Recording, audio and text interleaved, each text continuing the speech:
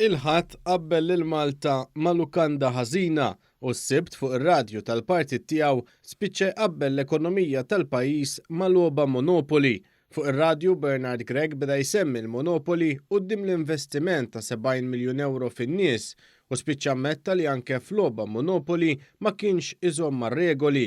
Dan hekk kif qabad jirrakkonta kif anke meta kien jilgħab Monopoli kien iżerżaq il-flus mill-bank biex jaqta' id-djun tiegħu. Tiftakar meta konna nabu l-Monopoli u dejtiħa noqgħod il-bank.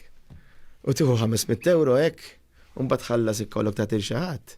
U dak jgħid l-aħwa dak hemm galantom jew xi ħadd qed ifalli tgħinu qed toħodhom mill-bank. Meta konna tfal, nifhem konna nilagħbuha di. Fl-istess intervista ma naqqasx li Bernard Gregg jibqa' ankrat fil-passat u qal li għandu jsir Prim Ministru għax gvernijiet nazzjonalisti għamlu l-ġid. Ejjew ma infakru n-nies minn għamilhom dal-affarijiet. Tajjeb, meta konna fil-gvern kemm għamilna ġid. Tul l-intervista huwa kien żbaljat ukoll dwar fatti konkreti fejn saħansitra spiċċa jwiegħed li jekk hu jkun Prim Ministru ser jagħti l-mediċini tal-IVF b'xejn, xi ħaġa li l-gvern ser ikun qed jagħmel b'dawk li diġà għamlu n-nefqa fl-ewwel 6 xhur tas-sena ser jingħataw rifużjoni tal-ispiża marbuta ma' din il-mediċina. L-għada li l-gvern estenda il-Covid Weight Supplement li l-gvern li tul il-pandemija kien ta' spalla għan-nies qallu li berba il-flus.